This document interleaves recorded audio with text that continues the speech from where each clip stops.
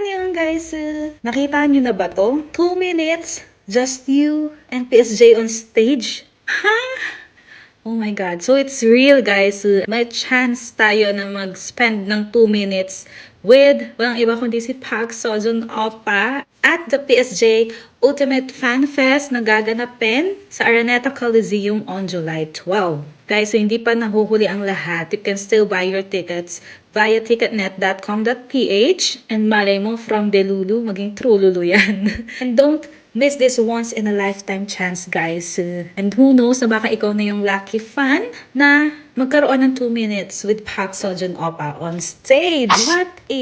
What if ako yung manalo guys? Oh my God, teka lang. 2 minutes with Oppa? Bakit 2 minutes lang? Charing.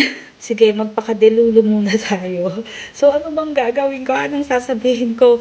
Mahihimatay na lang talaga pag tinawag pa lang yung pangalan ko. 생각하기에 오빠 누구나 되고 싶다던 단 너무 좋아해 오빠 사랑해 으쉬 너무 잘생겼어 귀여워 자기야 라면 먹고 가는데 집에 가자 오빠 Ay, tama ng pagiging deludo.